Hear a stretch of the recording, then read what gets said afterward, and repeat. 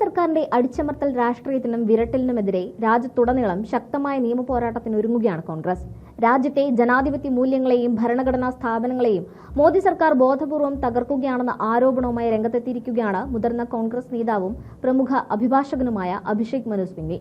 ഡൽഹിയിൽ നടന്ന വാർത്താ സമ്മേളനത്തിൽ മോദി സർക്കാരിന്റെ ഭരണശൈലിക്കെതിരെ അതിരൂക്ഷമായ വിമർശനങ്ങളാണ് അദ്ദേഹം ഉന്നയിച്ചത്. സർക്കാരിനെതിരെ ശബ്ദമുയർത്തുന്നവരെ നിശബ്ദരാക്കാനാണ് കേന്ദ്രം ശ്രമിക്കുന്നത്. വിയോജിപ്പുകളെയും എതിർപ്പുകളെയും കേൾക്കാൻ പോലും സർക്കാർ തയ്യാറല്ല.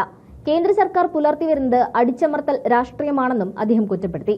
വിവരാവകാശ നിയമത്തെ പോലും സർക്കാർ അട്ടിമറിച്ചിരിക്കുകയാണ്. ജനങ്ങൾക്ക് വിവരങ്ങൾ നൽകുന്നതിന് പകരം അത് എങ്ങനെ ഒളിച്ചുവെക്കാമെന്നാണ് മോദി സർക്കാർ നോക്കുന്നത്. വിവരാവകാശ നിയമത്തെ വിവരം നിഷേധിക്കാനുള്ള നിയമമായി സർക്കാർ മാറ്റിയെന്നും അദ്ദേഹം പരിഹസിച്ചു. കേന്ദ്രത്തിന്റെ ഈ ഏകപക്ഷീയമായ നീക്കങ്ങളെ നേരിടാൻ രാജ്യമൊട്ടാകെ ഒരു നിയമകവചം തീർക്കുകയാണ് കോൺഗ്രസ്. ഇതിന്റെ ഭാഗമായി 4 പ്രധാന പദ്ധതികളാണ് പാർട്ടി ആവിഷ്കരിച്ചിരിക്കുന്നത്. ഓരോ ജില്ലയിലും പ്രത്യേകം തെരഞ്ഞെടുത്ത അഭിഭാഷകരുടെ ഒരു സംഘമുണ്ടാകും. റാപ്പിഡ് റെസ്പോൺസ് ഫോഴ്സ് എന്ന് പേരിട്ടിരിക്കുന്ന ഈ സംഘം കേസും കൂട്ടവുമായി പാർട്ടി പ്രവർത്തകരെയും സാധാരണക്കാരെയും വേട്ടയാടാൻ നോക്കിയാൽ അവർക്ക് കൃത്യമായ നിയമസഹായം ഉറപ്പാക്കും. ജില്ലാതലം മുതൽ സുപ്രീം കോടതി വരെ നീളുന്ന ഒരു വലിയ ശൃംഖലയാണിത്. യുവ അഭിഭാഷകരെയും നിയമ വിദ്യാർത്ഥികളെയും മുൻനിരയിലേക്ക് കൊണ്ടുവരിക എന്ന ലക്ഷ്യത്തോടെ IAC ഫെലോസ് പ്രോഗ്രാം സ്വിംഗ് പ്രഖ്യാപിച്ചു. 3 മാസത്തെ ഈ പരിശീലനത്തിലൂടെ യുവതലമുറയ്ക്ക് കോൺഗ്രസിന്റെ പ്രവർത്തന ശൈലിയും പാർലമെന്റിലെ പ്രതിപക്ഷത്തിന്റെ പങ്കും നേരിട്ട് മനസ്സിലാക്കാൻ സാധിക്കും. യുവചിന്തയും നിയമപരമായ ആവേശവുമാണ് ജനാധിപത്യത്തിന് പുതിയ കരുത്ത് നൽകുന്നതെന്നും അദ്ദേഹം കൂട്ടിച്ചേർത്തു. കൂടാതെ ഭരണഘടനാപരമായ ചർച്ചകൾ ജനങ്ങളിലേക്ക് എത്തിക്കാൻ ന്യായ് നേതാ ഓർ നാഗരിക് എന്ന പേരിൽ പുതിയ പോഡ്കാസ്റ്റ് പരമ്പരയും തുടങ്ങും. കേവലം രാഷ്ട്രീയത്തിനപ്പുറം രാജ്യത്തെ പ്രമുഖ നിയമവിദഗ്ധർക്കും സാധാരണ പൌരന്മാർക്കും ഭരണഘടനാ വിഷയങ്ങളിൽ സംവദിക്കാനുള്ള വേദിയായി ഇതിനെ മാറ്റാനാണ് പാർട്ടി ലക്ഷ്യമിടുന്നത്. ആദ്യ പോഡ്കാസ്റ്റ് അഭിഷേക് മനു സിംഗ്വി തന്നെ റെക്കോർഡ് ചെയ്തു കഴിഞ്ഞു. കോടതി മുറികൾ മുതൽ സാധാരണ ജനങ്ങൾക്കിടയിലേക്ക് വരെ നീളുന്ന ഈ വലിയ നിയമ പോരാട്ടത്തിലൂടെ മോദി സർക്കാരിന്റെ എല്ലാ ഏകാധിപത്യ നീക്കങ്ങളെയും തടയുമെന്നാണ് സിംഗ്വി നൽകുന്ന മുന്നറിയിപ്പ്. ഇനി മുതൽ സർക്കാരിന്റെ വിരട്ടലുകൾക്ക് മുന്നിൽ തളരാതെ നിയമപരമായി തന്നെ തിരിച്ചടിക്കാനാണ് കോൺഗ്രസിന്റെ തീരുമാനം. അഭിഷേക് മനു സിംഗ്വി നടത്തിയ വാർത്താ സമ്മേളനത്തിന്റെ ദൃശ്യങ്ങൾ കൂടി ചേർക്കുന്നു. आज विशेष रूप से मैं 4 इनिशिएटिव्स की बात करूंगा और फिर अंत में जो सूची देंगे आपको उसमें कुछ हाल में 1-2 वर्ष में जो बहुत विशेष महत्वपूर्ण अलग चीज़ें की हैं उनकी भी सूची आपको देंगे हम। तो पहली बात है एक INC फेलोज प्रोग्राम की घोषणा। ये लगभग 3 महीने के प्रोग्राम होंगे जिनका उद्देश्य है कि जो युवा हैं, युवा लोग जो कानून से संबंधित हैं, जो क्षेत्र में हैं, पढ़ाई कर रहे हैं, बहुत युवा जो काउंसिल हैं, उनको अग्रणीय पंक्ति में रख के उनको इन्वॉल्व किया जाए, भागीदारी की जाए सांसदों के साथ और उनको जोड़ा जाए 3 महीने के एक प्रोग्राम में, जिससे वो कांग्रेस के स्टाइल को देखें, कांग्रेस की फंक्शनिंग को देखें और वो बराबर रूप से सांसदों के साथ और सोशल मीडिया विभाग के साथ उनको समर्थन दें, असिस्ट करें। और इससे जो एक अगले युवा पीढ़ी को एक जो अवसर हम देना चाहते हैं कि विपक्ष का क्या रोल है संसद में और किस प्रकार से विपक्ष का रोल कांग्रेस अदा कर रही है, उसकी शुरुआत होगी। तो इसको मैं अपनी पहली घोषणा के हिसाब से आपके सामने रखना चाहता हूँ, क्योंकि युवा सोच और कानूनी जोश लोकतंत्र को इसी से मिलेगा एक नया होश और हौसला। दूसरा है हमारा ये पॉडकास्ट सीरीज, जिसको हमने कहा है न्याय नेता और नागरिक, NNN।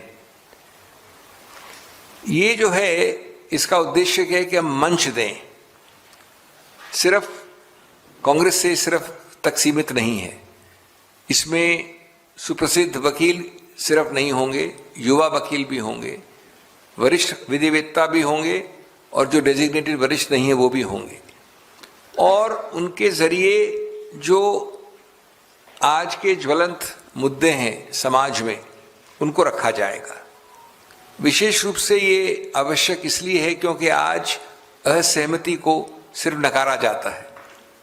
तो ये एक सांविधानिक वार्तालाप, एक पुनर्स्थापित करने का प्रयत्न होगा कि जिसमें नागरिक, न्याय, संविधान और जो लीडर्स हैं संसद में, संसद के बाहर, वो क्या कर सकते हैं उसको केंद्र बिंदु बनाने का प्रयत्न किया जाएगा। अभी हम निकट भविष्य में 10 या 12 इसके पॉडकास्ट कर देंगे। मुझे सौभाग्य है कि इसका इनॉग्रल पॉडकास्ट मेरे साथ रिकॉर्ड हो गया है ऑलरेडी, और निकट भविष्य में उसी से शुरुआत होगी। और उसमें अलग अलग तरह के लोग, और जैसा मैंने कहा, समाज के, सोसाइटी के लोग, सिर्फ जो कांग्रेस पार्टी में उन तक सीमित नहीं है ये। और हम इससे एक संवाद की जीत और एक दमन की हार का संदेश देना चाहते हैं न्याय, नेता और नागरिक से। तीसरा जो मैंने पहले भी जिक्र किया था वो अब काफ़ी आगे बढ़ गया है, जो मेरे हृदय के भी निकट है। मैंने इनफैक्ट जब मैंने ये वापस विभाग संभाला था तब भी मैंने इसकी घोषणा की थी, जिसको RRF कहा था, रैपिड रिस्पॉन्स फोर्स।